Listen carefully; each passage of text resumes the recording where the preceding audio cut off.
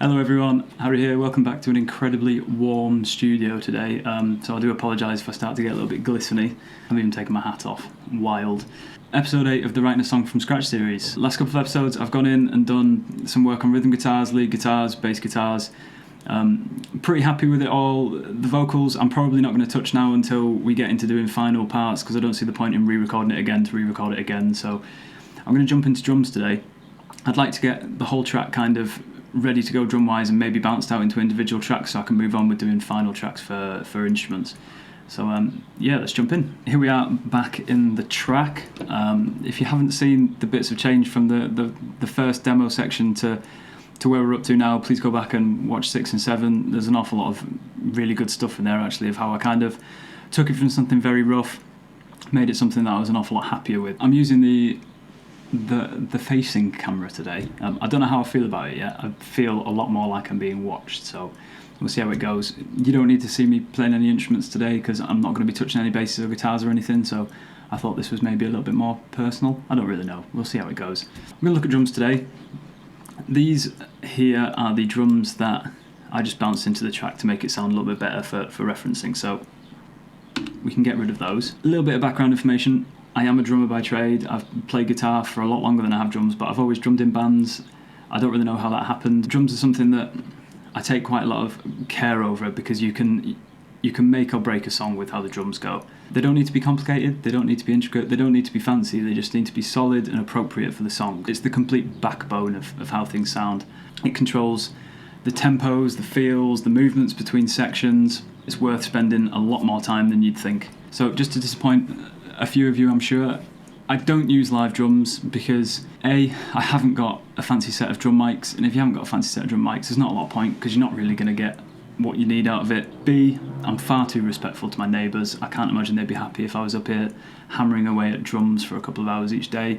And C, using program drums, they're so good now. They're so realistic, they're so lifelike. I can get such better results using program drums than I could from recording a live drum set, and I think that's true for most people who record at home, or are hobbyists and are just trying to make music. Mixing, recording, setting up drums, tuning and stuff, it's such an art, and then it comes down to performance as well. If you're not a really competent drummer, you're not going to get a good drum track to start with. It's kind of worth just knocking it on the head and just bypassing it basically. So for all my drum tracks, I use the Getgood Drums Modern and Massive set.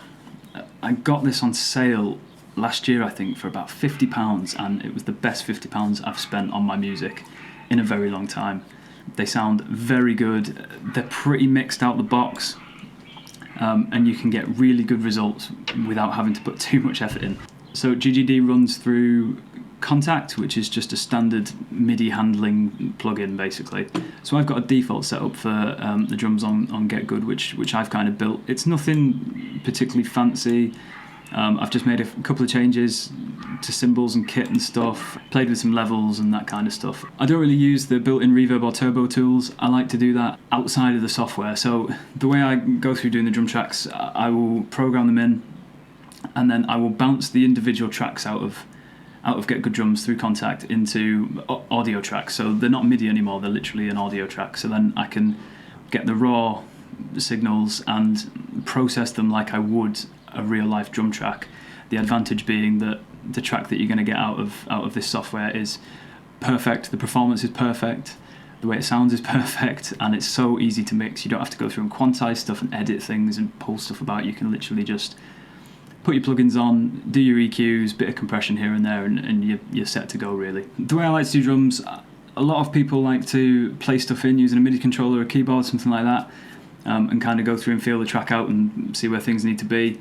I don't like doing that, because then there's another process that you have to go through after that, where you have to quantize the things that you've played, go back and adjust and control the velocities of the things that you've played, and I don't care what anyone says, you can't put accurate velocities in on a MIDI controller or a keyboard. It just doesn't work. So I think it's a lot easier to just go in and just tap it out and control everything from day dot. So I've already got my sections here, which I've kind of copy and pasted along.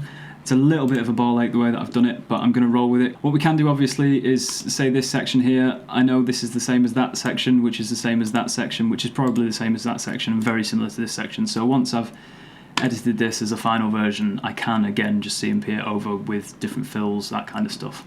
So I use the piano roll tool. Dead easy in Reaper. You've got a little pen, double click for on, double click for off. You can adjust the lengths and stuff. You've got your velocity bar down here. Now velocities are just how hard you want the drum to sound. It's exactly as it sounds. For light little bits of music where a real life drummer would be tapping a drum, you want a really low velocity. For a big chorus or a breakdown or something where you want them to be absolutely smacking the back out of it, you ramp that up. There's a really good video about this which Adam Nolly did as a part of Getgood Drums. I will try and find the video and I'll put a link in the description to it, where he talks about how to humanize the drums and how to mix them to make them sound as real as possible.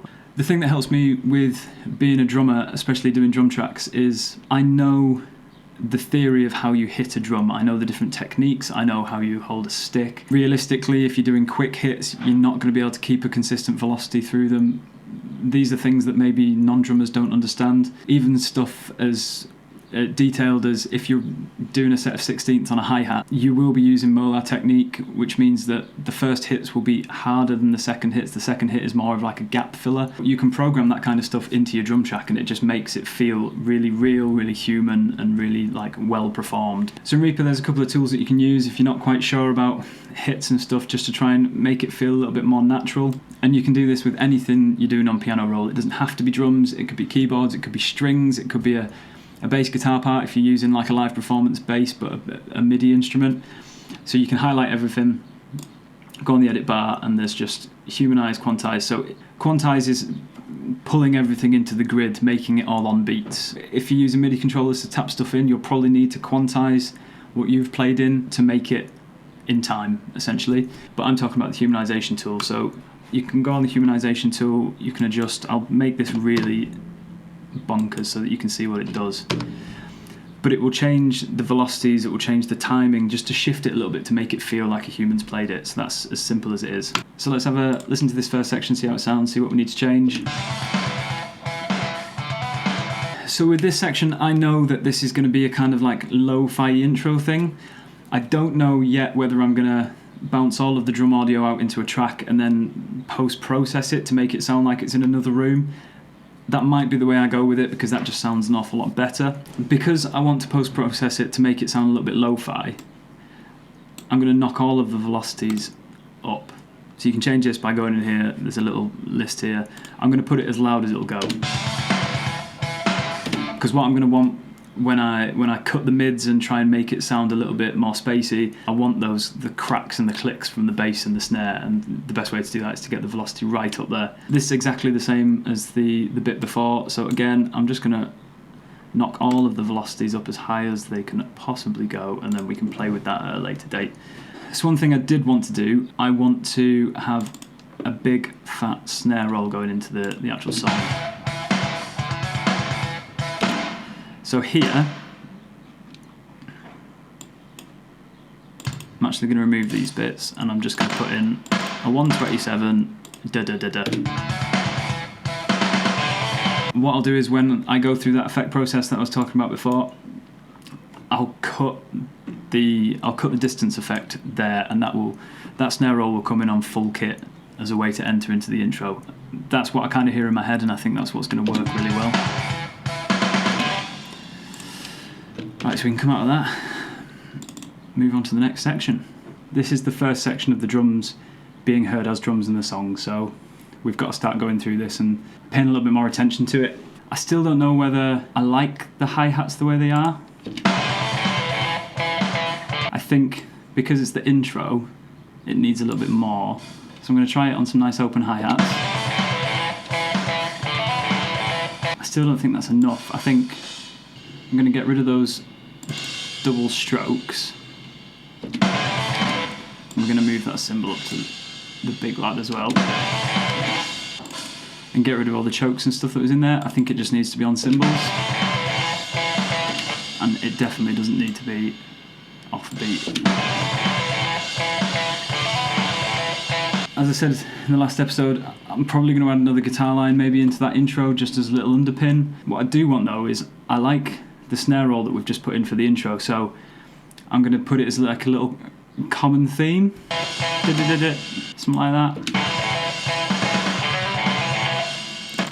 and in there as well. And I also think I'm going to change the kick drum pattern. So this is something when I was listening to it the other day I kind of noticed. It goes through the verse and I think it sounds really sick, but we can kind of temper it down a little bit for the verse. I think for the intro bit there's just too much going on. I think it needs a little bit more space. I'm going to kind of go back to what I had in like episode 3 or something. Dogs.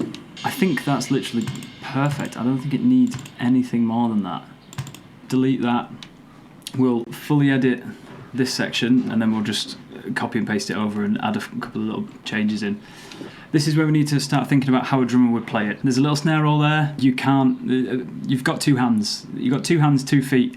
That's the easiest way to look at it.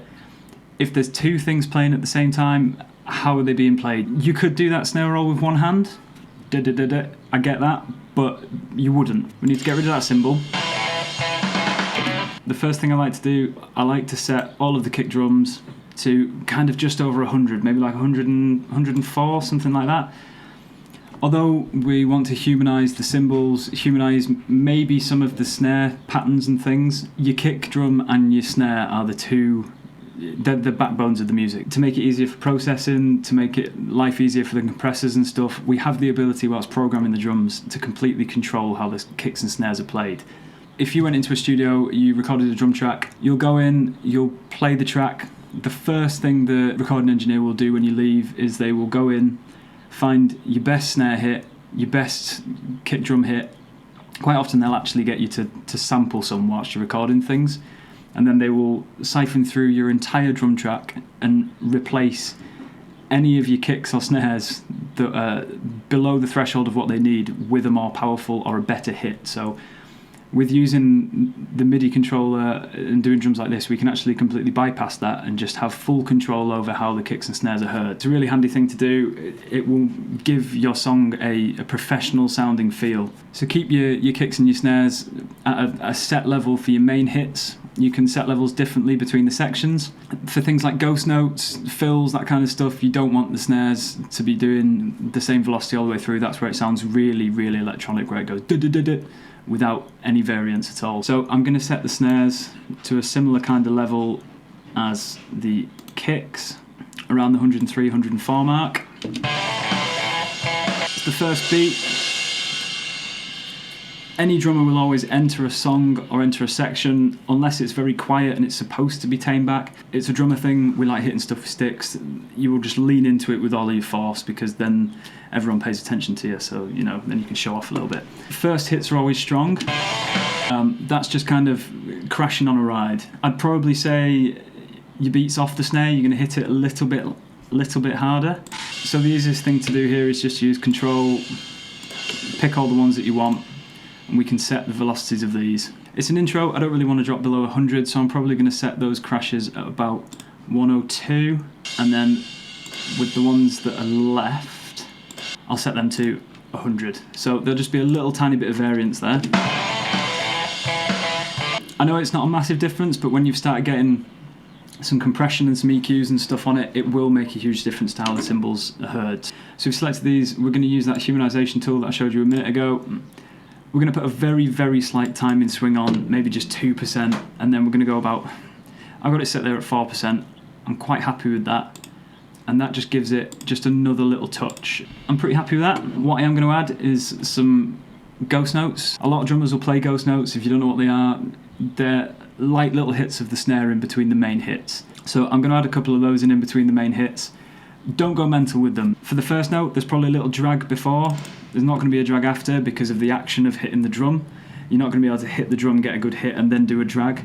So onto this little snare roll. So the way I always look at this, the first note you'll hit quite hard, as you probably will with most drum patterns, unless you're intentionally softening the first note for a stylistic reason. You're going to hit the first note quite hard. It's also a fill, and we kind of want it to have a bit of impact, so we're going to turn it up very slightly louder than the main snares we've got. Most drummers will favour a hand.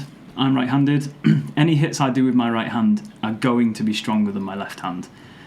Even on a snare where you're actually using your left hand for most of your shots, when I come to fills and stuff, my right hand is always going to be a little bit stronger. So I just basically use that as an ethos. I will turn up the right hand strokes and turn down the left hand strokes. So can you hear a little bit of what I'm talking about, where We've taken that from solid velocities of everything. We've moved things around a bit. One thing I will say, and a big mistake I used to make, in heavy sections and stuff, I used to turn everything up to 127, which is the maximum velocity, because I thought that the louder you had the velocity, the better the drums would sound.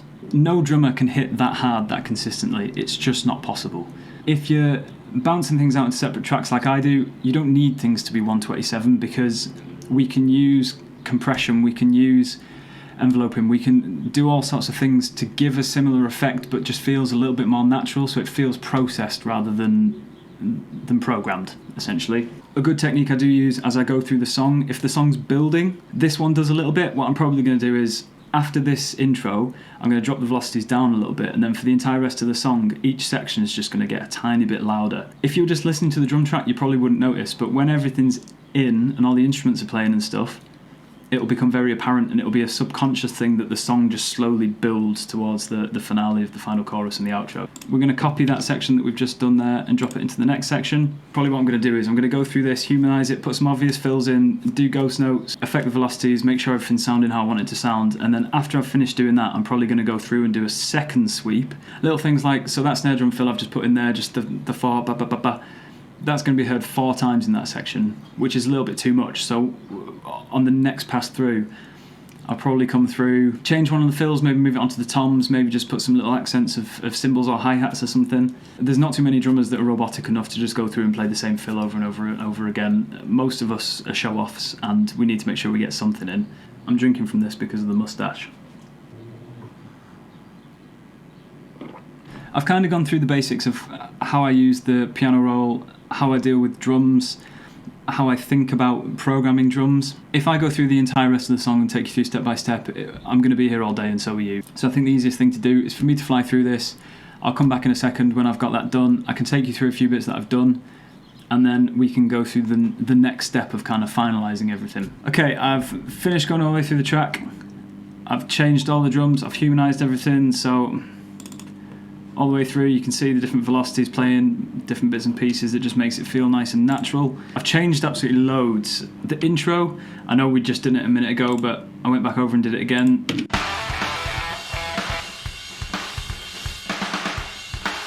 Just made it a little bit more bouncy to follow the riff. Versus, what I did was I put some fills in and stuff and just made them develop, so put some gaps in. Choruses stayed pretty much the same apart from some fills. The second verse is the same as the first, as the old saying goes. I've completely changed this washy second verse section, so I decided that the rhythm on the kick drums was too much for the section. It sounded weird. It's supposed to be washy. It needed to bring the pace down a little bit before the big bit, so I've spaced the kick drums out a little bit. I'll just solo that and just show you what I'm talking about. If you remember, it was da da da da da da da da as the rest of the song is, so I've just made it a bit more open, given it a bit more time, a bit more space. I think that flows an awful lot better. Big fan. The gap that we put in before the last chorus, I've actually made it a proper gap.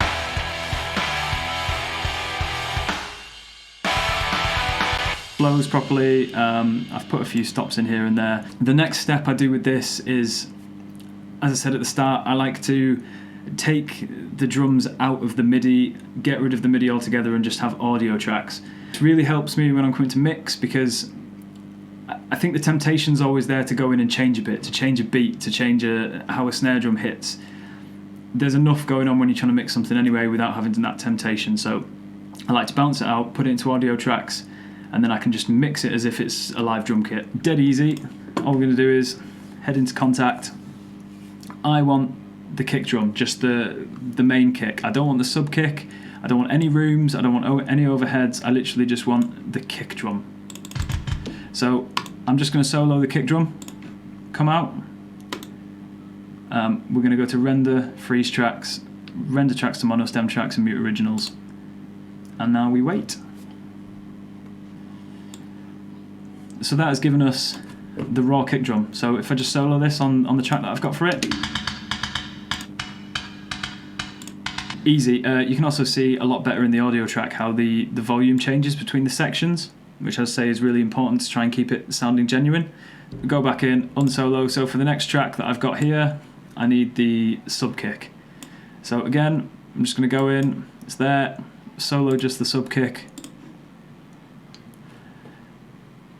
Get rid of that track that it created. Render freeze tracks to mono stems, exactly the same process.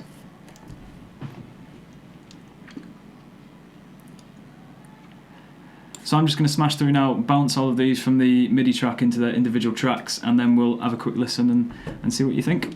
I'm going to try and wrap up the rest of this video quite quickly because I've been sat up here quite a while now and I'm cooking from the inside out and turned into a bit of a warm boy. This is essentially just an audio track like you would get if you recorded drums. So kick,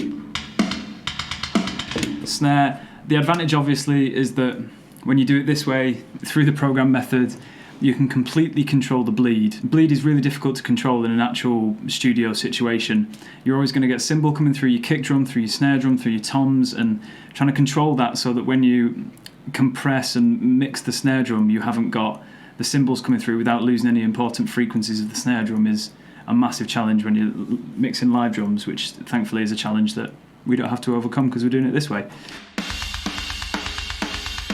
Absolutely perfect. And that's it basically. Drum track done.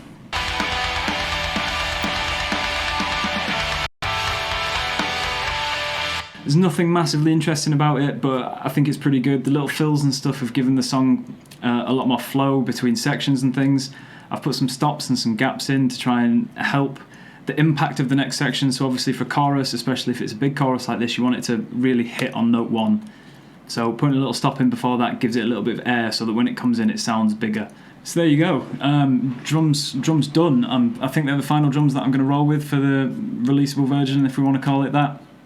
I hope I've helped with a little bit of information about how I do my drums and how I use the piano roll, and trying to get things as human as possible, because that's a really important factor when you're looking at drums. Thank you very much for watching. Stay safe, take care, goodbye.